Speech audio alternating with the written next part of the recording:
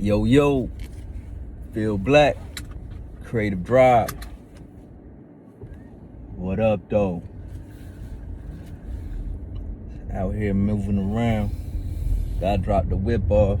I had got a nail in my tire like 2 weeks ago. I got to plug that. It's a tire. I got a slow leak, so I got to drop it off. They could fix it. And during that period of time, I'm gonna go to H Mart. Hit the food court. I love H Mart, man. Like, first time I went to H Mart was in Arizona. It's fire. Now, every time Nick and Sky come through, we always go to H Mart. Yeah, I'm about to make it more regular, man. Food court in there, fire. Probably give me a bag of the sweet potatoes. They got the purple sweet potatoes. They roast them in there. Yeah. I was thinking, man, like, I've been doing vending. I was thinking about the weekend, man. Now that we know we got the festivals popping up, and we're gonna be doing the festivals, moving the merch and the music. I'm thinking about it, man. I've been vending for years and years and years. I've been vending, you know what I mean? Doing pop-ups. Remember, Chris had sent me a picture. It was me, John, Sean from Sac, and Corey. Man, we was I don't even know where we was at. That's when we was selling the Carolina Undercover merch. You know what I mean? And when we had the hats, the embroidery on the hats, we had the jackets, we had everything. And it made me start thinking about, like, the origins of, like, me being an entrepreneur.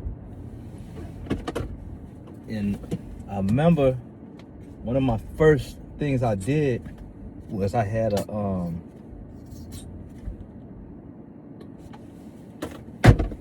I used to do graphic design. That was pretty much like my first business. And I was mad young, maybe like 6, 7 years old. And there used to be this computer program called Print Shop. So what I did was I would go in there and design banners.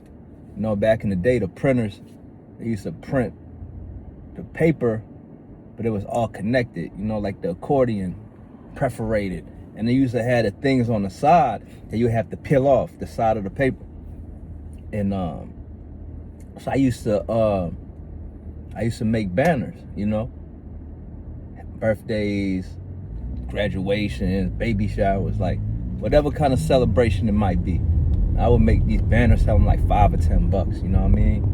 And that was like one of the first things I did, you know what I mean? So, like, it kind of makes sense. I went from that and then started doing other things, like even designing the CD album covers, you know what I mean? Logos, doing the Cognac logo, you know,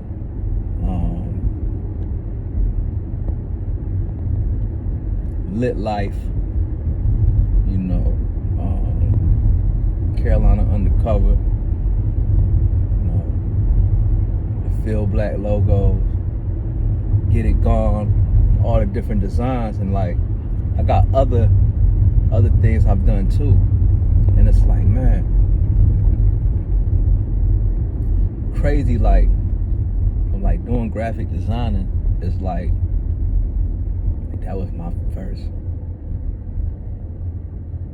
of my first ways of making money, man. Like, so, yeah, man, just in my mind, I've just been revisiting, you know what I mean, some of those moments, you know what I mean? I got the same origin story as a bunch of the fucking billionaires. It's about time to cash some motherfucking checks. You know what I mean? Been an entrepreneur. So now it's like wrangling it all together.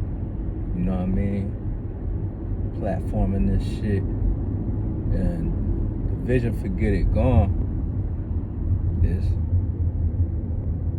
you know, there's a lot. Some elements to it that we're going to be rolling out.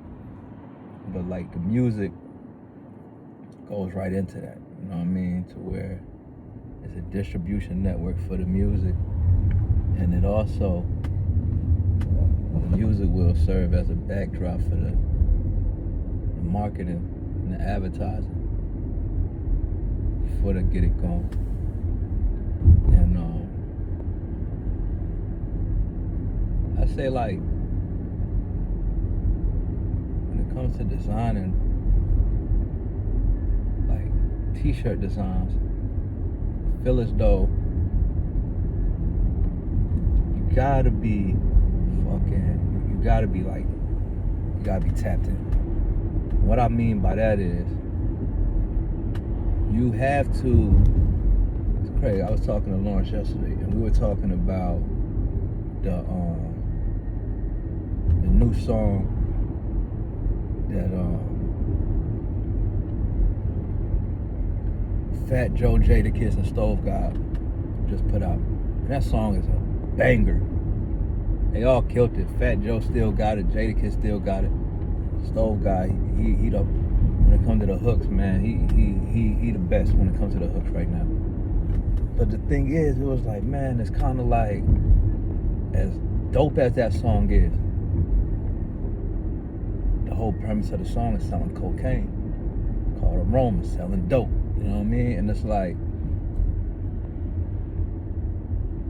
man, so Lawrence was like, man, you gotta live as an artist. You have to create new experiences and experience new things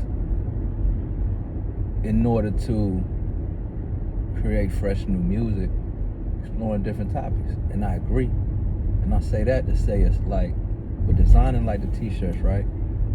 Like, you gotta be tapped into culture, like, and I don't mean just black culture, hip hop culture, just culture in general. You know what I'm saying? Like,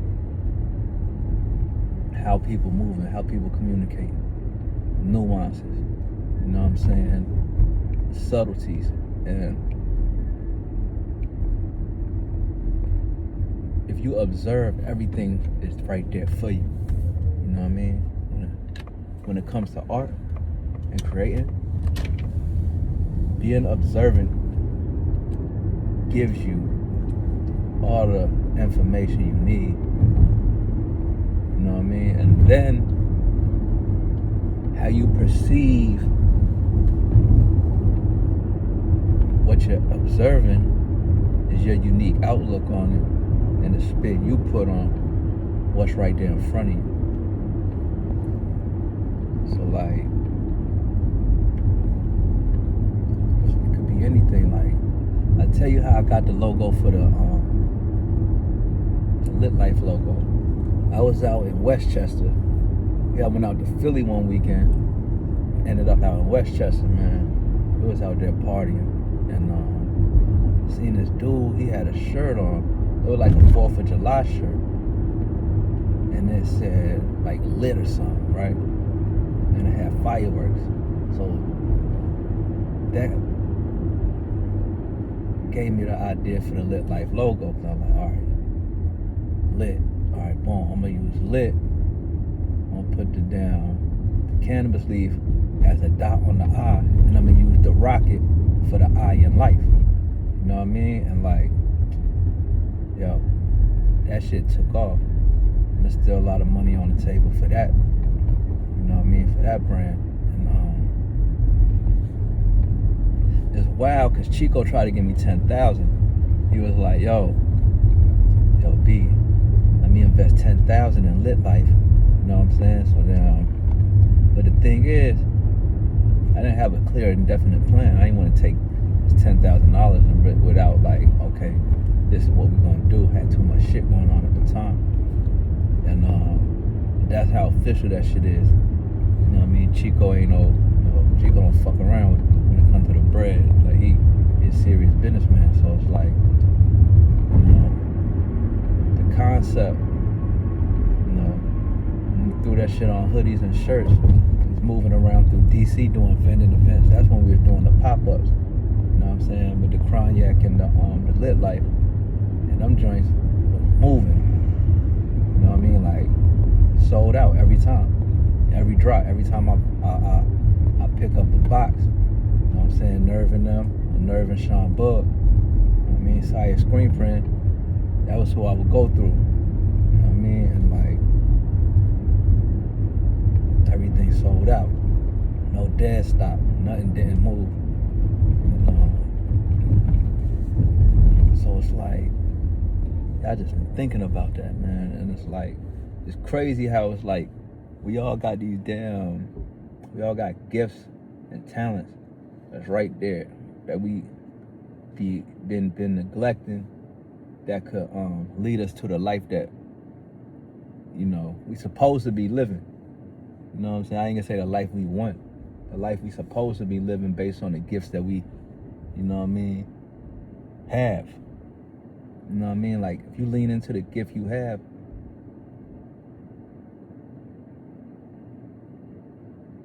and that gift leads to the life that you're supposed to live, like,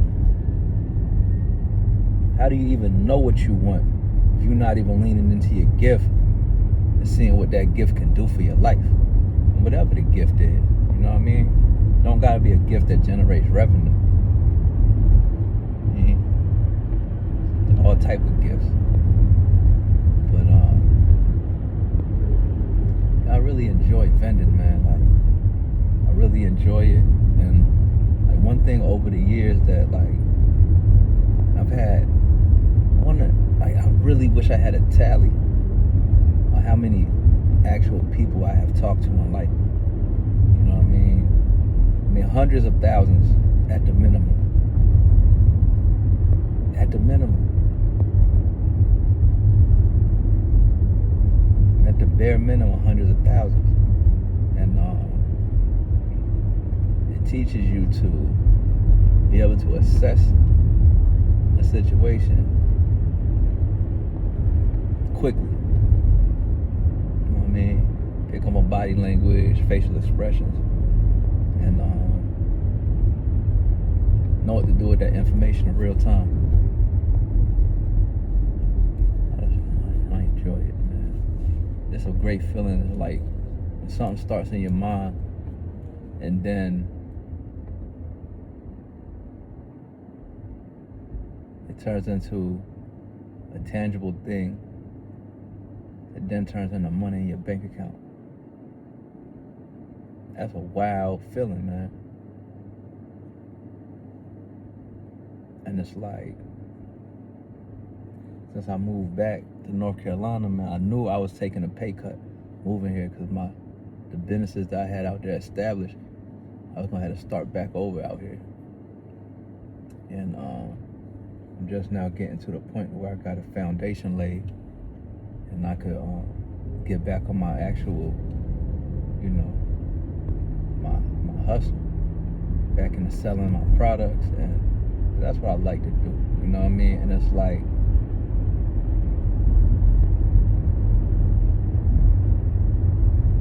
nothing like going somewhere with some shit and then leaving with money. And it's like, I've been so locked in on this driving shit, just trying to make shit happen. You know what I mean? I only been here like 2.5 years trying to make shit happen. Like, you know, made a lot of progress in a short period of time. I'm being kind of hard on myself about it, but I was like, damn, man, you really just moved your whole life. You know what I mean? I had to start over, pretty much.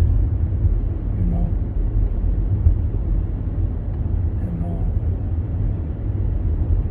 And I knew Baltimore ultimately wasn't where I wanted to be. I knew staying there was not an option. That was not an option. And starting to feel as though North Carolina won't be the final destination. You know what I mean? It just depends on how everything works out, who out of my loved ones end up relocating here or moving back here. You know what I mean? But like, until that time, like, I would still rather be here figuring out that than being in Baltimore. But I feel as though like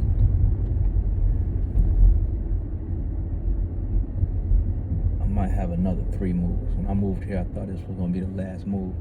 I might have another 3 moves left. maybe more. But like, I definitely want to live overseas for a period of time. You know,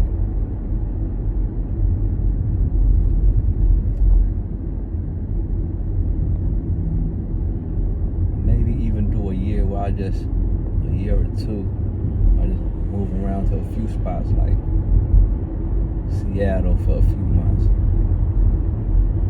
know what I mean? The Bay for a few months. LA, San Diego. Then go down to Houston. You know what I mean? Miami. New York. And just figure that shit out. Nashville. That shit on my list now. So it's like figuring that shit out.